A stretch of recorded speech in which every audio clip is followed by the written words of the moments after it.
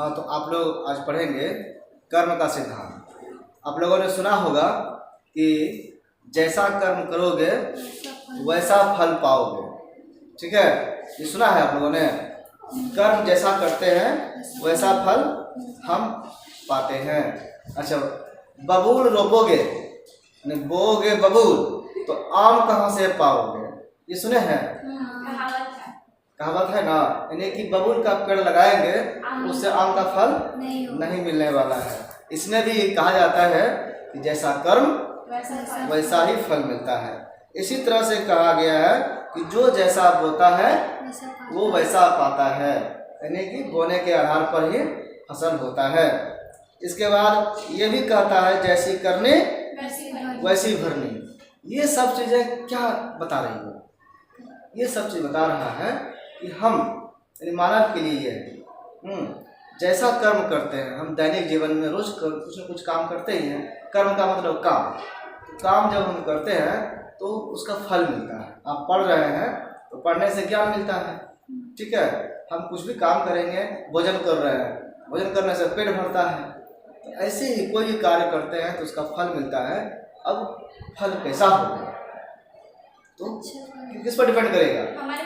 कर्म कैसा है, जैसा कर्म वैसा फल। कर्म अगर हम अच्छा करते हैं तो फल भी हमको अच्छा मिलता है। कर्म बुरा करते हैं तो फल भी बुरा मिलता है। तो अच्छा कर्म यानी कि शुभ कर्म, और बुरा कर्म यानी कि अशुभ कर्म। इस तरह से हम लोग कर्म सिद्धांत को देखते हैं। कर्म सिद्धांत में और भी कई बातें हैं, हम लोग आगे इसको समझते हैं। किसी को दुख होता है, किसी को तकलीफ है, तो लोग क्या कहते हैं कि जरूर गलत कर्म क्या होगा, बुरा कर्म क्या होगा, इसी का परिणाम इसको मिला है। और किसी को बहुत सुख सुविधा है, बहुत लाभ उसको हो रहा है, तो क्या बोलते हैं कि कोई अच्छा कर्म क्या होगा। कोई व्यक्ति जैसे कि बड़े पद पर नौकरी पा गया, व्यावहारिक जीवन की बात बता रहे हैं, तो लोग क्या कहता है बहुत पैसा कमा रहा है, लेकिन वो नौकरी कैसे पाया कि जानता है कोई? उसके लिए कष्ट किया, उसके लिए मेहनत किया, वही ना उसका कर्म है। उन्होंने पहले कर्म किया, बाद में अब फल पा रहा है। किसी का आम का पेड़ देख करके बड़ा बड़ा आम फला हुआ हो और बहुत स्वादिष्ट और मीठा हो, तो ये नहीं कह सकते हैं कि ऐसे ही आम उसको मिल गया बड़े बड़ा। आम का फल लगाने के लिए उसने मेहनत किया, अपना जगह लगाया, अच्छा पौधा का सिलेक्शन करके अच्छा कर्म किया, उसके साथ साथ अच्छे से खाद पानी दे करके उसका व्यवस्था किया, तब ना अच्छा फल आया। तो उसके पहले का जो स्टेप है फल बाद का है। पहले का स्टेप क्या है? कर्म। अब बाद का क्या स्टेप है? फल। तो ये फल सब देखता है या फल सब चाहता है कि मीठा फल मिले, लेकिन हमको ध्यान किस पर देना चाहिए? कर्म पर। जब तक कर्म नहीं करेंगे तो अच्छा फल नहीं मिलेगा। ये तो व्यवहारिक जीवन की बात है, लेकिन ये कर्म और ये फल ये दोनों बंधनकारी है, ये दोनों बंधन का काम। ठीक है, ये क्या कराएगा? ये बंधन देगा। जैसा कर्म वैसा फल। तो फल कहाँ मिल रहा है? इसी जीवन में, मनुष्य जीवन में। तो फल पाने के लिए जन्म लेना पड़ेगा कि नहीं पड़ेगा? तो जन्म लेना पड़ेगा, ये बंधन में आना पड़ेगा। तो फिर हम जन्म मरण के चक्र से बाहर नहीं निकल सकते हैं। तो फिर कर्म कैसा कर्म करें कि फल भी हमको नहीं मिले? ये तो मीठा फल चाहिए इस दुनिया के लिए, लेकिन अगर हमको मोक्ष चाहिए, ठीक है, तो हमको फल नहीं लाना पड़ेगा। ऐसा पौधा रोपना पड़ेगा जिसमें कोई फल न हो, ना खट्टा ना मीठा, न कड़वा न कसेला, कोई फल नहीं चाहिए, तब मोक्ष होगा। ये अंतिम बात है। यहाँ तक पहुँचने के लिए और देखते हैं उपनिषदों में क्या क्या बातें कही गई है। भारतीय दर्शन में कहा गया है कि जब हम कर्म करेंगे तो फल अवश्य मिलेगा। ठीक, तो फिर फल अगर नहीं चाहिए तो क्या हम बिना कर्म किए रह सकते हैं? इस जिंदगी में कैसे हम बिना कर्म किए रह सकते हैं? कर्म तो करना ही पड़ेगा। तो कैसा कर्म करेंगे कि फल नहीं मिलेगा? निष्काम कर्म। निष्क्रिय नहीं हो सकते हैं। निष्काम, निष्क्रिय मतलब कि हम कोई काम नहीं कर रहे हैं, ऐसा तो हो ही नहीं सकता है। तो हमको क्या करना पड़ेगा? काम तो करेंगे लेकिन कामना नहीं करेंगे, इच्छा नहीं करेंगे, तब निष्काम कर्म होगा। हाँ, तब मोक्ष प्राप्त होगा। ये तो क्षणिक सुख है, ये जो फल जो दैनिक जीवन वाला है ये तो क्षणिक सुख है, ये परमानेंट थोड़े, ये सब दिन थोड़े साथ में रहेगा। हम लोग अपने ब्रह्म क्लास में पढ़ा था इसके पहले वाले में, वो जो सुख मिलता है, वो आनंद मिलता है, वो दुनिया में नहीं मिलता है। तो ऐसे हम व्यवहारिक जीवन से समझते हैं पहले कि जो सुख है दुख है ये कर्म फल के आधार पर मिलता है, कर्म जैसा करते हैं वैसा फल हमको मिलता है। इससे कोई भी मनुष्य कभी नहीं बच सकता, इसका फल पाना ही पड़ता है। कर्म फल मनुष्य का पीछा कभी नहीं छोड़ता है।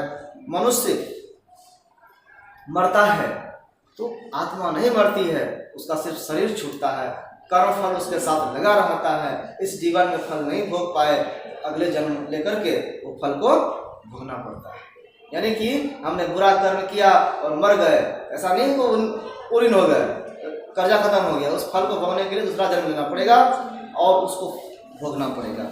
अब जन्म किस जीवन में प्राप्त होता है ये अलग बात है, उसका फल पर निर्णय होता है कि वो फल कैसे भोगा जाएगा।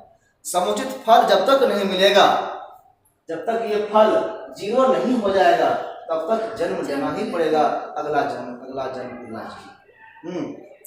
ये नियम सब पर लागू होता है, इसलिए मनुष्य को कहा गया है कि नैतिक बनना चाहिए। नैतिक मतलब जो शुभ अशुभ का ध्यान रख करके कार्य करता है वो नैतिक कार्य होता है, यही प्रेरणा देता है। और इस समाज में भी बताया जाता है अच्छा कर्म करना चाहिए ताकि समाज का निर्माण हो सके, स्वस्थ समाज का निर्माण हो सके और लोगों को लगे कि हमने जो है गलत किया है तो हम गलत का भागी ना बने। तो उत्तरदायित्व तो होता है हमारा समाज के प्रति। तो हम लोग क्या करते हैं कि अच्छा जीवन जीने के लिए, अच्छा संस्कार डेवलप करने के लिए अच्छा कर्म करते हैं। पहले हमारा जो कर्म है शुभ और अशुभ, शुभ और अशुभ, तो पहले अशुभ कर्म को छोड़ते हैं और शुभ कर्म की ओर जाते हैं। और जब पहले हमारा आदत क्या है, हमारा आदत है गलत कर्म करने का, तो अशुभ को छोड़ना है। अशुभ जब छोड़ेंगे तो कैसे छूटेगा, शुभ कर्म करने के कारण। हमको अगर दारू पीने की आदत है, हमको अगर खैनी खाने का आदत है, मतलब कि अफीम खाने का, ड्रग्स खाने का आदत है, ये ड्रग अशुभ है, तो इसके आदत को अचानक नहीं छोड़ सकते हैं।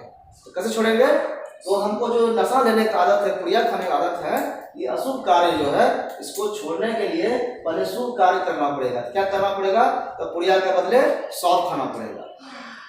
ठीक है, ये जो गुटखा पुड़िया खा रहे हैं इसको छोड़ना है, तो अचानक नहीं छूटेगा। इसके लिए पहले हमको फिर सौंफ खाना पड़ेगा, और सौंफ खाएंगे या कुछ ऐसा चीज जो शुभ है, हमारे लिए लाभदायक है, अजवाइन है, इलायची है, लौंग है, ये सब चीज खाएंगे तो मुंह भरा रहेगा, तो पुड़िया छूट जाएगा। अशुभ कर्म पहले छुटकारा पाना है। जब अशुभ कर्म छूट गया तो हमारा समाज तो यही ठीक हो गया। अब शुभ कर्म को भी छोड़ेंगे तब हमारा मोक्ष पर आएगा। ठीक है, अब तो बुरा हमको फल नहीं मिलेगा, लेकिन अच्छा भी फल हमको नहीं चाहिए मोक्ष के लिए, तो शुभ को भी छोड़ते हैं बाद में, तब बंधन से मुक्त होते हैं। तो ये क्रमशः छूटता है, एक ही बार में नहीं छूटता है, एक एक करके, पहले अशुभ उसके बाद शुभ, और तब हम पहुंचते हैं निष्काम कर्म पर। कैसा, निष्काम कर्म। निष्काम कर्म जब हम पर पहुंचते हैं, ये अशुभ कर्म है, ये शुभ कर्म है, ये निष्काम कर्म है। ये दोनों जो शुभ अशुभ है, ये दोनों है काम, सकाम बोलते हैं इसको। ये क्या है, सकाम। यानी कामना के साथ हम अच्छा कर रहे हैं, अच्छा इच्छा रख रहे हैं ना, हमको अच्छा लाभ चाहिए, सुख चाहिए, तो वो कामना है, हमारी इच्छा है। बुरा फल चाह रहे हैं, किसी का मर्डर हो जाए, कोई मर जाए, एक्सीडेंट हो जाए, ठीक है, तो वो बुरा इच्छा से कर्म कर रहे हैं, तो उस दोनों सकाम है। शुभ और अशुभ दोनों कैसा कार्य है, सकाम कार्य है, सकाम कर्म है, और फल भी उसी हिसाब से मिलेगा। लेकिन अब हमको चाहिए कि न अशुभ चाहिए न शुभ चाहिए, न सकाम नहीं चाहिए, क्या चाहिए, निष्काम। निष्काम हमेशा ये क्या है, ये श्रेयस्कर है, ये श्रेय है, वो दोनों प्रेय है। पिछले क्लास में बताया था हमने कि श्रेय कार्य कर्म कैसा होता है और यह मार्ग कैसा होता है और प्रेय मार्ग कैसा होता है। तो श्रेय मार्ग के लिए निष्काम कर्म है और प्रेम मार्ग के लिए सकाम कर्म है। सकाम में शुभ और अशुभ दोनों कर्म होते हैं। वेदों में भी बताया गया है कि शुभ अशुभ दो प्रकार के कर्म होते हैं। इसके लिए अब आप देखेंगे कि जो शुभ कर्म करता है उसके लिए कहा गया है कि देवयान के द्वारा ब्रह्मलोक को गमन करता है। जो व्यक्ति, जिस देवता सभी के रक्षक होते हैं शुभ कर्म करने वाले का, और कोई भी शुभ अशुभ करते हैं तो ऐसा नहीं कि कोई नहीं देखता है। इसके लिए माना जाता है कि देवता देख रहे हैं। जो हमारा वातावरण में जैसे कि सूर्य उपस्थित है तो माना जाता है कि सूर्य देख रहे हैं, उनके प्रकाशित से प्रकाशित हो रहे हैं तो वो उपस्थित है। कोई नहीं है तब भी वो उपस्थित है और वो देखता है। उनके आँख सब पर रहता है सीसीटीवी की तरह, और वो फैसला देता है, फैसला देने में मदद करता है। तो इसीलिए कहा गया है कि शुभ अशुभ कर्मों के दृष्टा के रूप में देवता होते हैं। और अमरत्व का हेतु यानी कारण बताया गया है शुभ कर्म को। शुभ कर्म करके अमर हो सकते हैं, लेकिन पहले अशुभ छोड़ेंगे तब ना शुभ पर जाएंगे। तो वैदिक ऋषि कहते हैं अमृत को पाएंगे शुभ में, तब तो ये सकाम हो जाएगा ना। शुभ में भी ये महाशुभ है, शुभ की ओर बढ़ रहे हैं। शुभ में ये शुभ तो तत्कालिक, अशुभ से थोड़ा तो टिकाऊ होगा, और उससे भी टिकाऊ उसमें है। वो उसमें जब जाएंगे तो सुख आनंद बहुत बड़ा मिल जाएगा। उसमें तो फिर अमर ही हो गया ना, ब्रह्म मिल गया, फिर खत्म कभी तो नहीं होगा। तो वो जरा अमृत का कल्पना वहां से मिलता है, ब्रह्म से। ब्रह्म अमर है और आत्मा ही ब्रह्म है। तो आत्मा अपने को पहचान लेगा, उसका ज्ञान हो जाएगा, यही ना मोक्ष है। और तब वो अमरता को पहचानेगा। ऐसे आत्मा अमर है ही, उसका ज्ञान होना अमृत है। तो अब ये कह रहा है कि अगर शुभ कर्म करने की ओर हम अग्रसर होते हैं, इसके लिए कहा गया है कि देवयान के द्वारा ब्रह्मलोक को गमन करते हैं। देवयान ये क्या है? देवता का यान। यान मतलब वो जहाज, वो गाड़ी जिस पर सवार होकर के जा रहे हैं। तो देवता के गाड़ी पर जा रहे हैं कौन? जो शुभ कर्म करता है, और जो अशुभ कर्म करता है वो पितृयान से जाता है। ठीक है, वो अशुभ कर्म करने वाले, बुरे कर्म करने वाले, वो पितृयान के द्वारा जाता है। कहाँ जाता है? इसके लिए कहा है ये जाता है चंद्रलोक, और ये जाता है ब्रह्मलोक।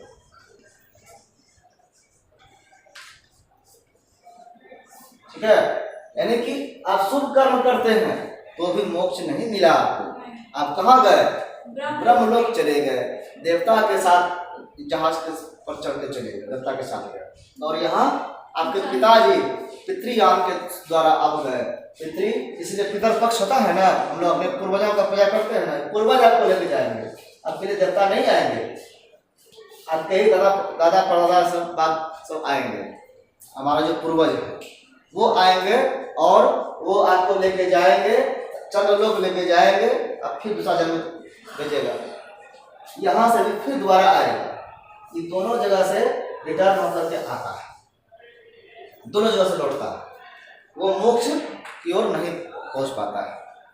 मोक्ष के लिए तो मरने की जरूरत ही नहीं है। ठीक है, इसमें कह रहा है कि चंद्रलोक को जाते हैं, लेकिन यहाँ से जब लौटता है तो किस रूप में लौटेगा? लौटने के लिए वहाँ पर तय होता है कि कैसे लौटेगा। लौटेगा वो मनुष्य ही बनेगा, इसकी गारंटी नहीं है। वो पेड़ बन जाएंगे, पौधे बन जाएंगे, जानवर बन जाएंगे। ठीक है, जानवर बन जाएंगे, ये सब कुछ भी योनि में चले जाएंगे। जैसा उसने कर्म किया है, क्योंकि बुरा कर्म करके गया है, तो वहाँ पर उसको बुरे कर्म के द्वारा उसको उस योनि में फल भोगने के लिए भेजेगा। जब दूसरे को तुमने बहुत कष्ट दिया है, एक पौधा बन जाओ और खड़े रहो, एक जगह खड़ा रहना है जिंदगी भर, कह जाता है नहीं। ऐसे ही जानवर है, तुम खाली कर्म करते रहो, भोगते रहो फल, तुमको रोज पीटेगा। गधा बना दिया तुमने, अब जो है रोज उसको कुटाई करेगा, अब बोझा लोड करके लेके जाएगा। तो ये हो गया कर्म का फल भोगने का हिसाब किताब। इस तरह ये भी कहा जाता है कि हम अपने जीवन में ही पूरा फल नहीं भोग पाते हैं। इसके लिए अगले जन्म तक हमारा ये पीछा करता है, जब तक कि कर्म फल खत्म नहीं हो जाता है, जब तक पूरा मिल नहीं जाता है। इसी कारण से फल के कारण अनेक बार जन्म होता है, जन्म और मरण ये कई बार होता है, ये छूटता ही नहीं है। इस तरह से इसका ये चक्र बन गया, ये चक्र चलते रहता है जन्म मरण का। अब जन्म मरण का चक्र है, हमको फल मिला, मान लीजिए इस जन्म में हमने जितना फल किया, इस फल को भोगने के लिए 5 बार जन्म लेना पड़ा, लेकिन उस 5 जीवन में फिर हमने कर्म कर दिया ना, तो उस कर्म का फल फिर मिलेगा कि नहीं मिलेगा अगले जन्म में? उसमें जो हमने इस जन्म में किया, मान लीजिए आज अभी हमारा पहला जन्म हुआ है, पहला नंबर जन्म में हमने जो कर्म किया, इसका फल मान लीजिए इसमें भी भोगा और दूसरे में गया, तो जो बाकी रहा तीसरे में गया। लेकिन दूसरे में जो कर्म किया वो ये उसी तरह से है कि ये मूलधन का, यहाँ मूलधन है, प्रिंसिपल अमाउंट, और यहाँ पर इसका ब्याज मिला, इंटरेस्ट, ठीक है। लेकिन फिर ब्याज का ब्याज मिलेगा, चक्रवृद्धि ब्याज, ठीक है। ये साधारण ब्याज नहीं चलता है, ये चक्रवृद्धि चलता है। आप लोग गणित में पढ़े होंगे चक्रवृद्धि ब्याज, तो वो कभी खत्म नहीं और बढ़ता है, दिनों दिन बढ़ता है। तो कर्म फल बढ़ते ही जाता है, क्योंकि अगले जन्म में फिर कर्म करते हैं। तो इस तरह से जन्म लेने का जो सीमा है वो खत्म ही नहीं होता। इसमें लोग बंधन में पड़ गए तो पड़े ही रहते हैं, जल्दी मोक्ष नहीं मिल पाता है। यही इसमें कहा गया है, अपने कर्मों के कारण ही जीवन में अनेक बार वो जन्म लेता है। और इस तरह से तो कर्म ठीक कैसे होगा? एक तो निष्काम कर्म है, दूसरा इसके लिए कहा गया है कि आप अगर देवता से प्रार्थना करते हैं तो देवता चाहे तो कुछ कम कर सकता है। दूसरा है कि आप क्षमा याचना करते हैं, अगर आप माफी मांगते हैं तो हो सकता है दया करके आपको कुछ छूट दे दे। यानी इसीलिए कहा गया है कि प्रार्थना, लोग प्रार्थना मंदिर में क्यों करते हैं? आपसे मुक्ति।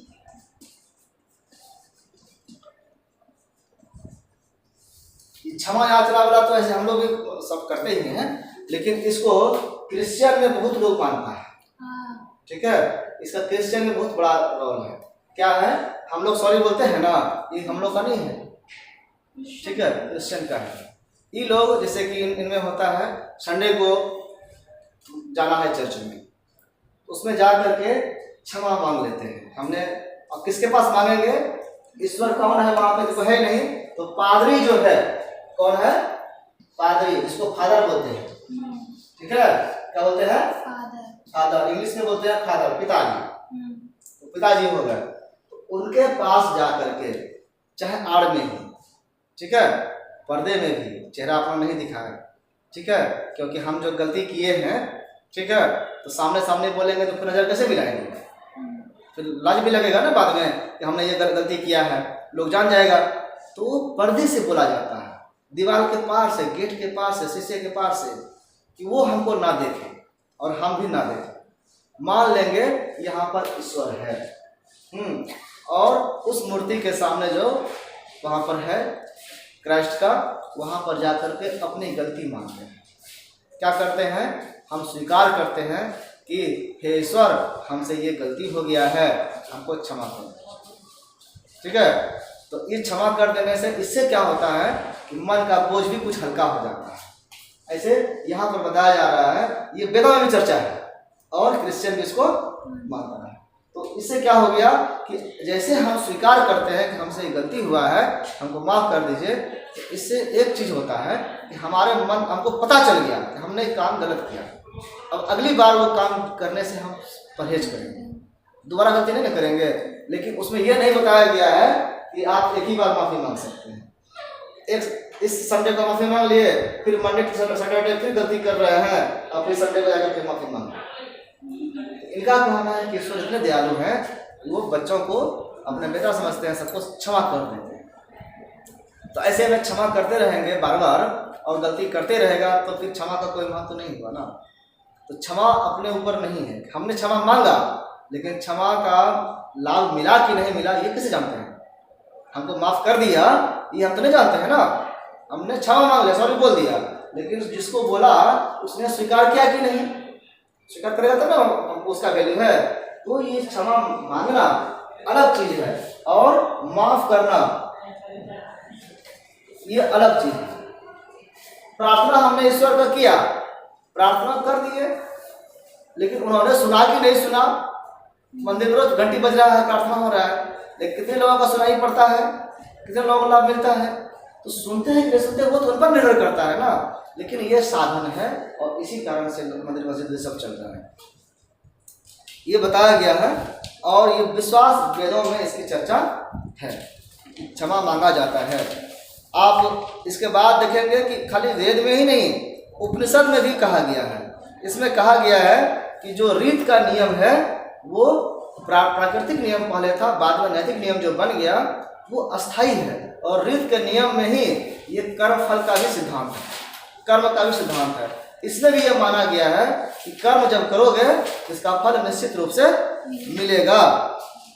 अब उपनिषद में देखते हैं कि किस किस उपनिषद में क्या क्या बोला गया है। सबसे बड़ा उपनिषद जो है वो है बृहदारण्यक।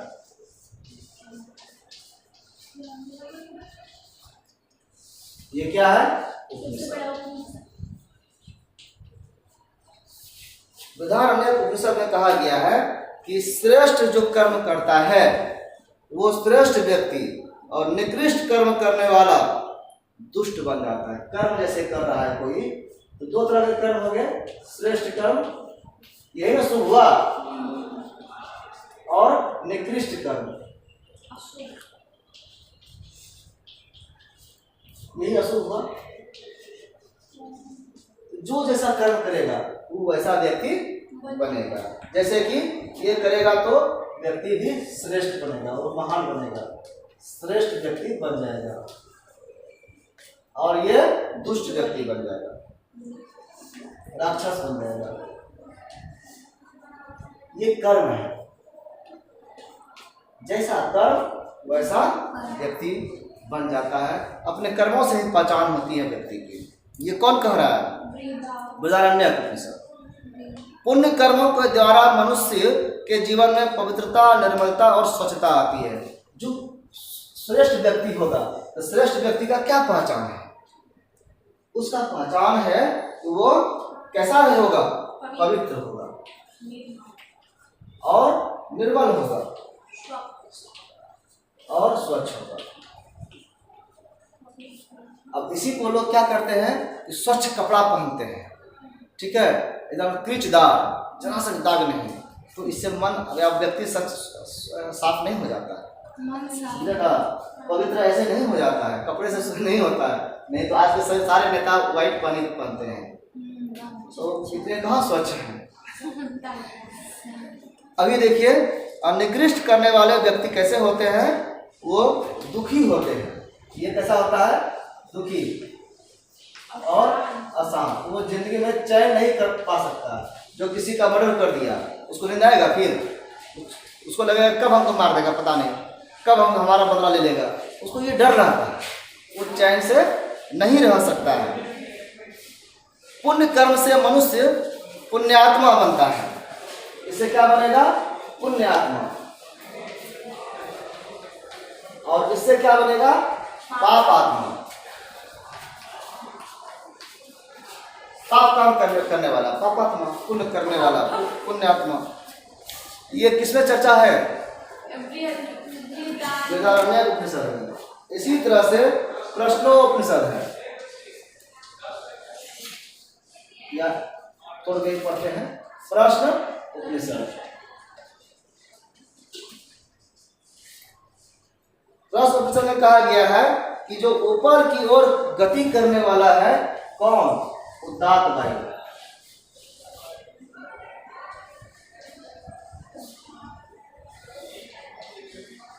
वायु का प्रकार है उदात्त वायु, जो ऊपर की ओर चलता है, और जो नीचे की ओर चलता है अपान वायु कहते हैं। क्या बोलते हैं? अपान वायु।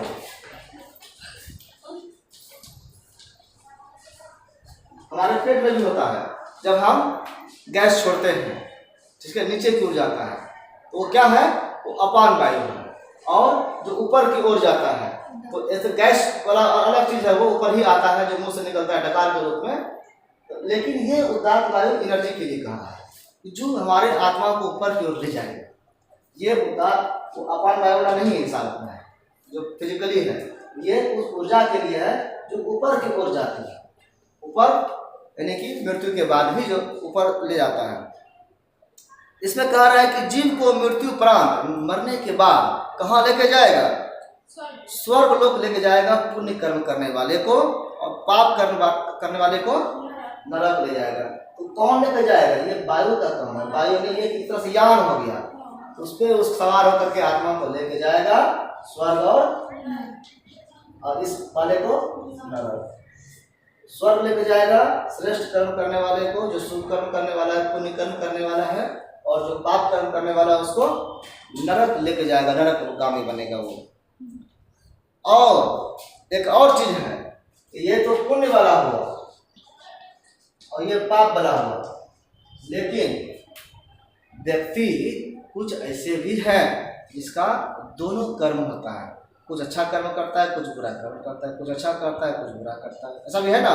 तो ये हो गया कि पाप पुण्य मिश्रित, अगर मिश्रित हो गया ये भी और ये भी, तो ऐसे व्यक्ति आएंगे इसी धरती पर। ये कह रहा है, क्या कह रहा है कि दोनों का मिश्रित कर्मफल भोगने के लिए अभिमुख होते हैं, और इसको फिर से मनुष्य योनि मिलता है, तो फिर से मानव बन जाएंगे। मानव फिर मारने के बाद फिर मानव बनेंगे। कब, जब पाप और पुण्य दोनों रहेगा इसी योनि में, यानी मानव योनि में हम पाप भी भोग सकते हैं और जब पुण्य भी भोग सकते हैं। अब पेड़ पौधा बना दिया, तो जैसा है तो एक ही फल भोग रहा है, ठीक है। तो स्वर्ग है, स्वर्ग में खाली उसको लाभ ही लाभ है, सुख ही सुख है। नरक गया तो यहाँ सुख नहीं है, यहाँ दुख ही दुख है। तो जिसका एक फल है, खाली इसने शुभ कर्म ही किया है तो वो स्वर्ग चल जाएगा, जो गलत कर्म पाप कर्म किया है नरक चल जाएगा। तो एक तरह का फल मिलेगा। लेकिन जिसने दोनों कर्म किया है वो कहाँ जाएगा, वो फिर मनुष्य योनि बनेगा और दोनों प्रकार के कर्म को यहाँ भोगेगा, कर्म के फल को भोगेगा। यह प्रश्न उपनिषद में 3 व 7 में कहा गया। तो ये देखिए अलग अलग बातें हैं। अब आप सोचिए, इतना समझ आया। अब इसमें आप कहिएगा कि मनुष्य ही भागीदार क्यों होगा भोगने के लिए, क्योंकि इसी के पास सोचने और समझने की क्षमता है। लेकिन इसके बाद और भी बातें हैं, उसको समझिए। कहीं कहा जाता है कि सृष्टि की रचना किसने किया, ईश्वर ने किया। मनुष्य को किसने बनाया, ईश्वर। जानवर किसने बनाया, ईश्वर। सब कुछ, बुद्धि किसने बनाया, जो कुछ भी होता है किसके कारण होता है, ईश्वर। जब सब कुछ ईश्वर करता है तो मनुष्य अच्छा भी करता है, किसके कारण, ईश्वर भी करता है। बुरा करता है नहीं, ईश्वर कारण ना। जब अच्छा बुरा ईश्वर के कारण करता है, यानी कि मनुष्य क्या है, इससे अलग हट है। ये इस पर समझ में आ गया, इसे विचार करिए फिर आगे बढ़ते हैं।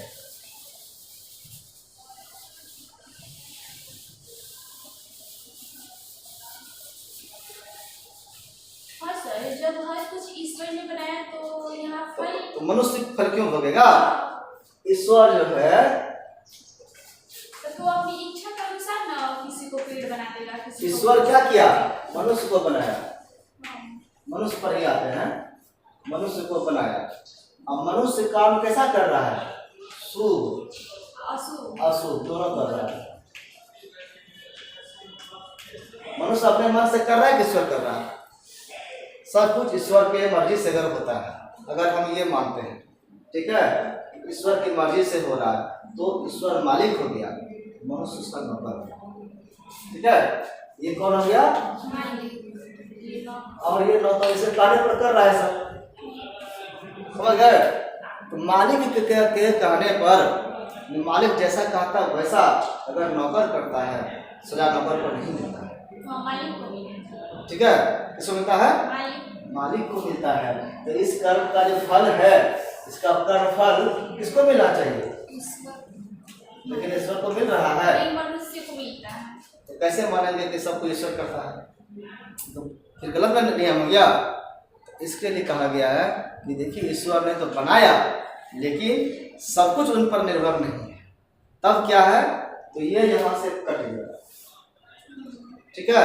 अब वो नौकर नहीं है तो कैसे, तो कहा है कि इसके पास एक संकल्प की शक्ति दिया है, इसको स्वतंत्रता है कि वो कर्म का चुनाव करे, शुभ करे कि अशुभ करे, ठीक है। इसको क्या कहते हैं? इसको कहते हैं संकल्प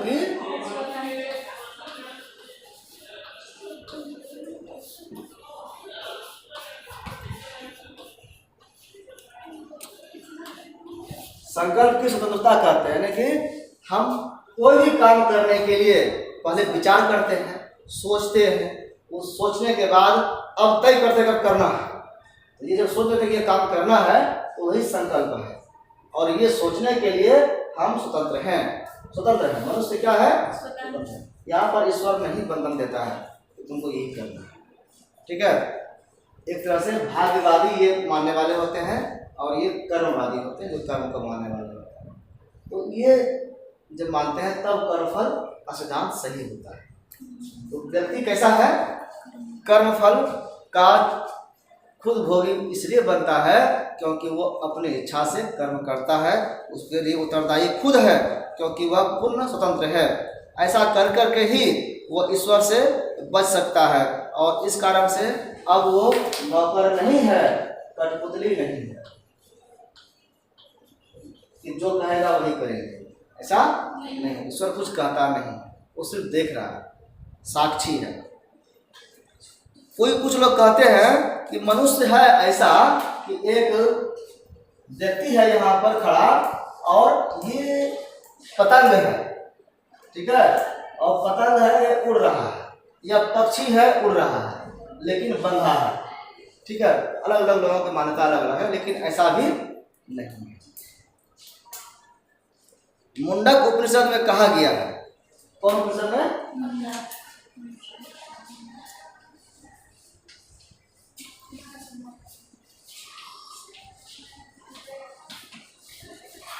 इसमें कहा गया है कि एक नदी है,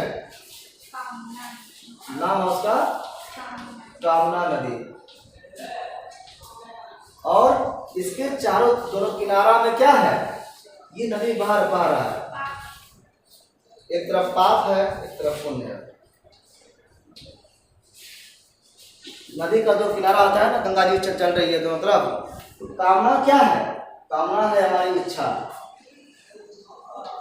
हमारी इच्छा पाप कर्म करने की ओर है कि पुण्य कर्म की ओर है, ये सोचना हमारे मन में होता है। हम स्वतंत्र हैं इसके लिए, यही कारण कामना नदी पुण्य और पाप दो कुलों के बीच प्रवाहित है, दो तटों के बीच प्रवाहित है, और अपने संकल्प के प्रभाव से हमें इसे पुण्य के अनुकूल बढ़ने के लिए या बहने के लिए बाध्य करना चाहिए। हमको पुण्य की ओर चलना चाहिए, पाप की ओर नहीं चलना चाहिए। लेकिन हम स्वतंत्र हैं, हम किधर भी जा सकते हैं। बृहदारण्यक में भी यहाँ कहा गया है,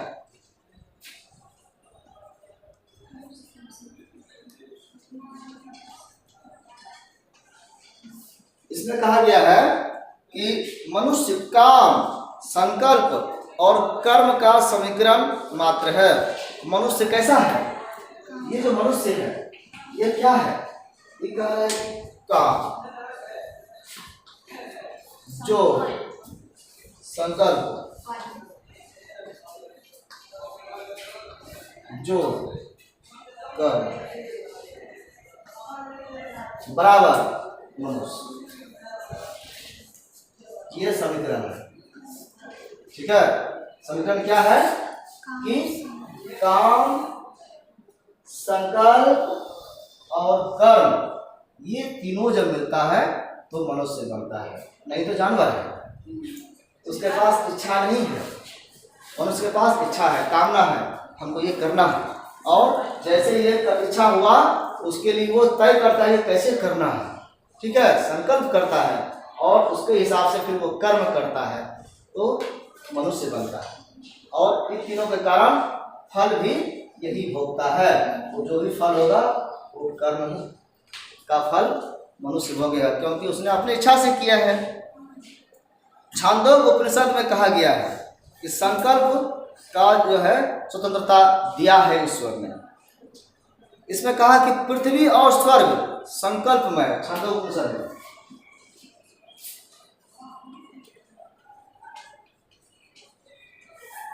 इसमें क्या कहा गया है कि पृथ्वी और स्वर्ग संकल्पमय है, यानी कि पृथ्वी और स्वर्ग कहीं है नहीं, विचार में संकल्प हमने कर लिया है। वायु और आकाश संकल्प है, संकल्पमय है, सब कुछ संकल्पमय है, सिद्ध किया हुआ है। जल और अग्नि सब संकल्पमय है। संकल्प की ही उपासना करो। जब तक हम कुछ संकल्प नहीं करते हैं तो हम कर्म ही नहीं करते हैं।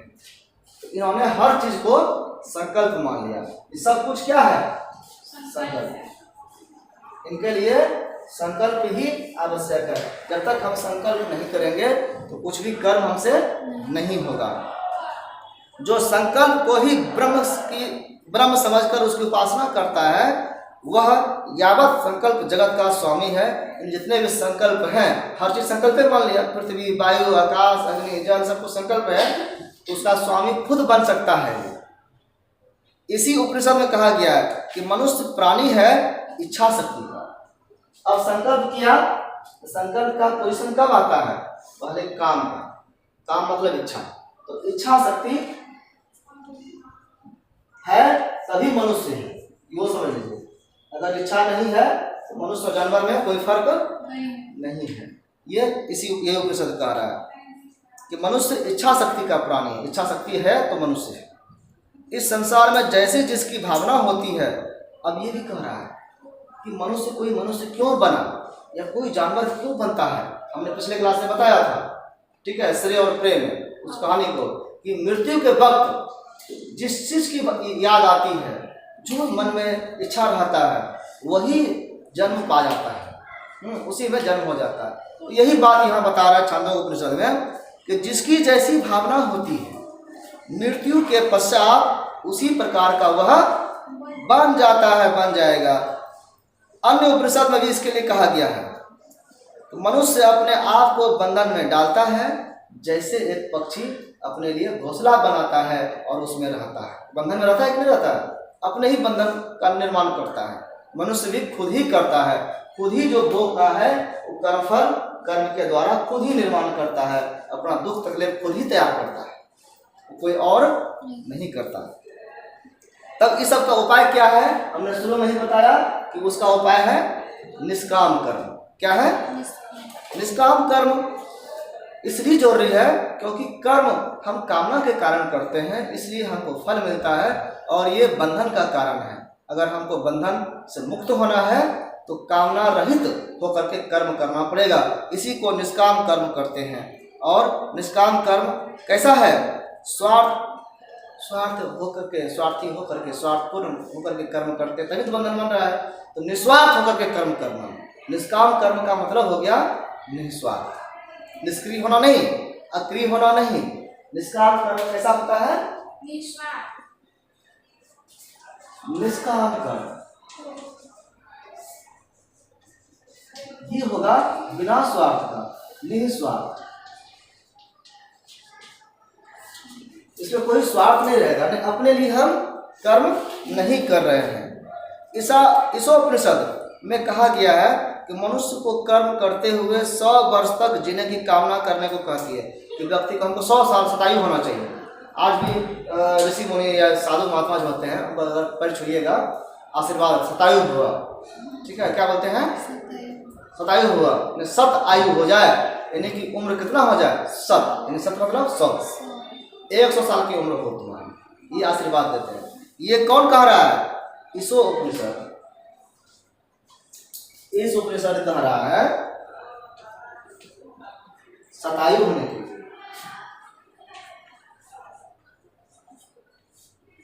शतायु मतलब 100 साल के लिए जीने के लिए कहते हैं। लेकिन कैसे जीना है 100 साल? एकदम से स्वार्थी बन करके कह रहा है कि त्याग भाव से कर्म करना है। जब तक इसमें क्या है? जब निस्वार्थ हो गए, इसका मतलब क्या हो गया कि हमने अब अपने लिए कुछ नहीं किया है, हमने त्याग भाव के माध्यम से कर्म किया, हमने त्याग दिया है सब कुछ, अब सिर्फ दूसरे के लिए करना है, अपने लिए नहीं करना है। इसके अतिरिक्त कोई भी मुक्ति का मार्ग नहीं है, ये इस उपनिषद कह रहा है। इसके अलावा और भी कोई मार्ग नहीं है। ठीक है, गीता में भी इसी को बताया गया है कि निष्काम कर्म क्या है। इन सभी कर्मों के बारे में गीता में भी चर्चा है और अन्य उपनिषदों में भी चर्चा है। बृहदारण्यक में देख लिए, छांदोग्य में देख लिए, ईशोपनिषद में देख लिए, प्रश्नोपनिषद में देख लिए। उपनिषदों की संख्या कई है, लेकिन मुख्य बातें यहाँ पर बताई गई, जिसमें निष्काम कर्म को श्रेय माना गया और यही मोक्ष का कारण बनता है। अगर हम मोक्ष को पाना चाहते हैं तो कैसा कर्म करना पड़ेगा? निष्काम कर्म, जो निस्वार्थ से भरा हुआ होता है और त्याग के भाव के साथ होता है। तो हमने आज देखा, इसमें कुछ पूछना है तो पूछिए। और अगले क्लास में हम लोग देखेंगे जगत क्या है।